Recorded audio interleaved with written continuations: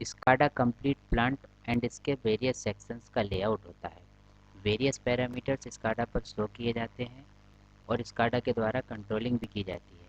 तो फ्रेंड्स, चाहे वो थर्मल पावर प्लांट हो, पेपर इंडस्ट्री हो, शुगर इंडस्ट्री हो, केमिकल्स एंड फार्मास्यूटिकल इंडस्ट्री हो, कोई भी इंडस्ट्री हो, स्काडा के द्वारा ही कंट्रोलिंग की जाती है। तो इसमें कुछ रेड से शो किए गए हैं, कुछ ग्रीन से शो किए गए हैं और कई सारी पाइपलाइंस हैं। तो फ्रेंड्स, आइए इनको पढ़ना सीखते हैं। Let's learn some basics of how to read a SCADA. स्वागत है आपका अपने चैनल इंजीनियरिंग स्टडी पर। तो फ्रेंड्स, यदि अभी तक आपने इस चैनल को सब्सक्राइब नहीं किया है तो इसे सब्सक्राइब कर दें, वीडियो पसंद आए तो इसे लाइक कर दें और नई वीडियोज़ के नोटिफिकेशंस के लिए बेल आइकन प्रेस कर दें।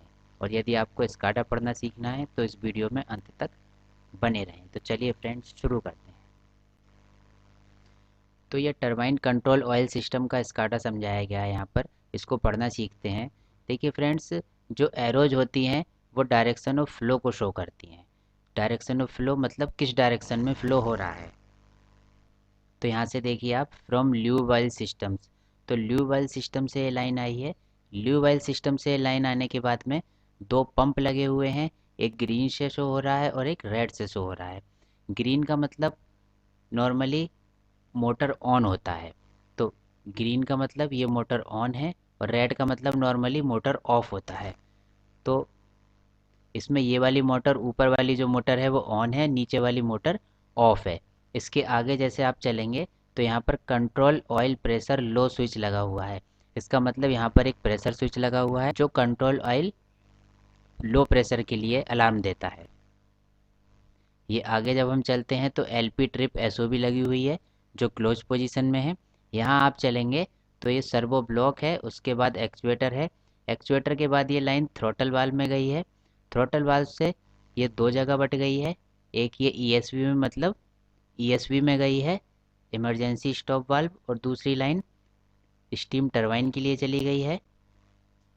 ईएसवी में फ्रेंड्स आप देख सकते हैं एक दूसरी लाइन भी है, इनलेट स्टीम फ्लो, जो कि रेड से शो किया गया है। तो इनलेट स्टीम फ्लो भी यहाँ पर ईएसवी में आती है। तो इस तरह से आप स्काडा पढ़ सकते हैं। तो चलिए देखते हैं एक और डायग्राम की मदद से। ये डायरेक्ट कॉन्टैक्ट हीटर का डायग्राम है, इसमें भी स्काडा पढ़ना हम सीखते हैं। तो देखिए, juice from clear juice pump, जो क्लियर जूस पंप से जूस आया है वो इस लाइन के थ्रू यहाँ पहुँचा है और ये एटमॉस्फेयर में हमारी लाइन चली गई है। ये हॉट वाटर लाइन है, हॉट वाटर लाइन यहाँ पर आई है। यहाँ से देखिए आप, DEVC2 वेपर लाइन आई है, इसमें एक कंट्रोल वाल्व लगा हुआ है। ये ए लिखा हुआ है, ए का मतलब ये ऑटो पोजीशन में है, मतलब ऑटो मोड में है। यहाँ से आएगी ये लाइन, फिर इस वाले टैंक में चली गई है DCCJH1 में।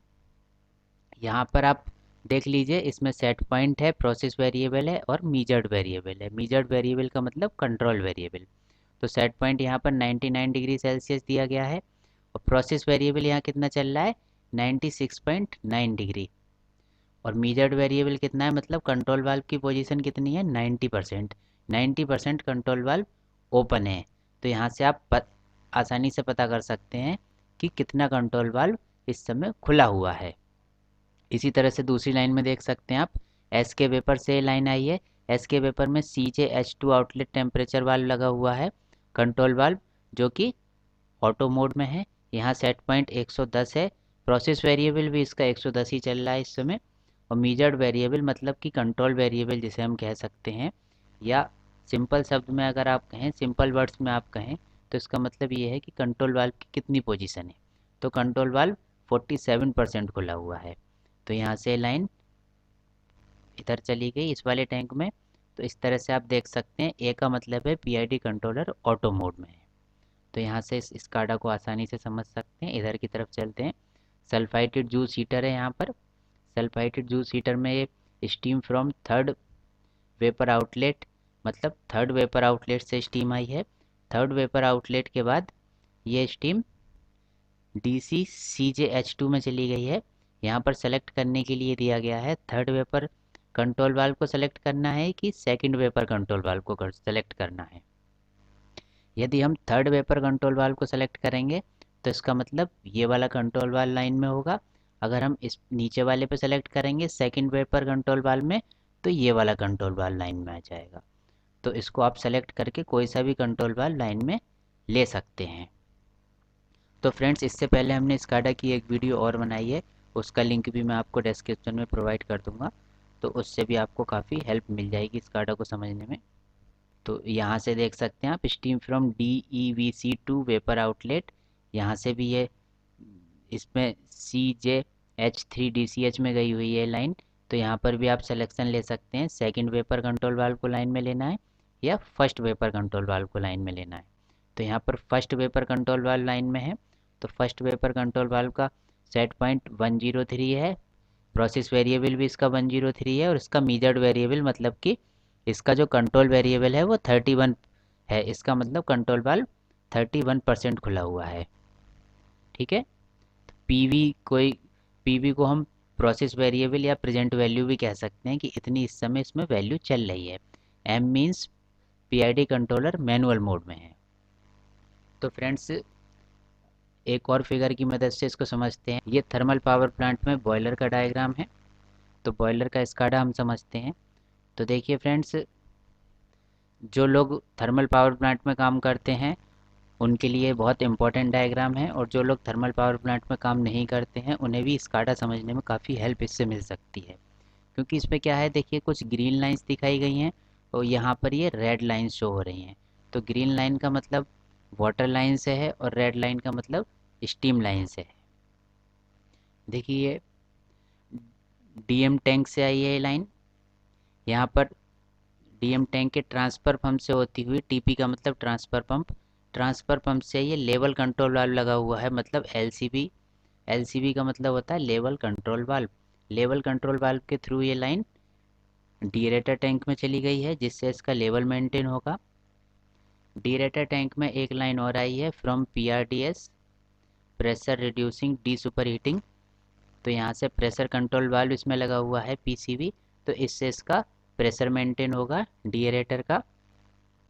डीएरेटर के बाद ये line BFP boiler feed pump, या इसको हम फीड वाटर पंप भी कह देते हैं, FWP भी हम इसको बोल सकते हैं, बॉयलर फीड पंप को। तो इसमें 3 बॉयलर फीड पंप लगे हुए हैं, 1, 2 एंड 3। 3 वाटर फीड पंप्स हैं।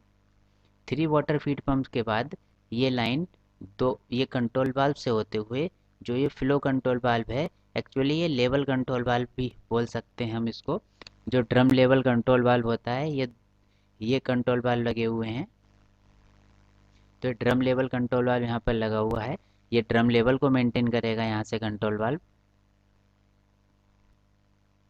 इसके बाद ये लाइन यहाँ से होती हुई इकोनोमाइजर से होती हुई फिर ये लाइन स्टीम ड्रम में पहुँच गई है। स्टीम ड्रम में, क्योंकि वाटर स्टीम में कन्वर्ट होता है, इसके बाद ये वाटर स्टीम में कन्वर्ट हो गया है। यहाँ पर आप देख सकते हैं रेड लाइन से स्टीम को शो किया गया है, फिर ये स्टीम वाली लाइनें आगे फिर ये टरबाइन के इनलेट में चली जाती है यहाँ से। तो यहाँ पर आप वेरियस पैरामीटर्स भी देख सकते हैं, कई सारे पैरामीटर्स शो हो रहे हैं, जैसे कि ड्रम लेवल। तो ड्रम लेवल आपका 43.3% इस समय है। स्टीम प्रेशर 66.3 kg/cm² है। स्टीम टेम्परेचर 483 डिग्री सेल्सियस है। स्टीम फ्लो 50.2 TPH है। इसका मतलब स्टीम फ्लो का मतलब बॉयलर पे कितने टन का लोड है। तो यहाँ से आप ये समझ सकते हैं इसका स्टीम फ्लो ये है 50 TPH। ये फीड वाटर फ्लो है, फीड वाटर फ्लो है 12.5 TPH टन्स पर आवर। ये फर्नेस का टेम्परेचर है 714 डिग्री सेल्सियस। ये फर्नेस का प्रेशर है -1.9 mmWc। ये डीएरेटर का लेवल है 70%। ये एयर का प्रेशर है, इंस्ट्रूमेंटेशन एयर का भी कितना प्रेशर है ये शो कर रहा है यहाँ पर 7 kg/cm²। और ये फीड टैंक का लेवल है जो लगभग 80% है। तो यहाँ से आप बॉयलर का स्काडा आसानी से समझ सकते हैं। देखिए ये तो वाटर लाइन और स्टीम लाइन की बात हो गई। इसके बाद हम देखते हैं, ये देखिए इकोनोमाइजर से होते हुए APS से होते हुए उसके बाद ये ESP होता है इलेक्ट्रोस्टैटिक प्रेसिपिटेटर। इलेक्ट्रोस्टैटिक प्रेसिपिटेटर मतलब कि ESP के बाद ये चिमनी लगी हुई है जिससे कि फ्लू गैसेस बाहर निकल जाती हैं। फ्लू गैसेज या हमारा जो धुआं है वो बाहर निकल जाता है चिमनी से। यहाँ पर आपके ID पंप लगे हुए हैं, मतलब इंड्यूस ड्राफ्ट पंप हैं, ID1 ID2। FD पंप लगे हुए हैं, force draft pump, FD1 FD2। इसी तरह से secondary air pump SA1 SA2 लगे हुए हैं। तो यहाँ से सब कुछ आप समझ सकते हैं। चलिए नेक्स्ट स्काडा को देखते हैं। तो ये कुछ मिल की टेबल दिखाई गई है, एक्चुअली ये शुगर मिल की टेबल है।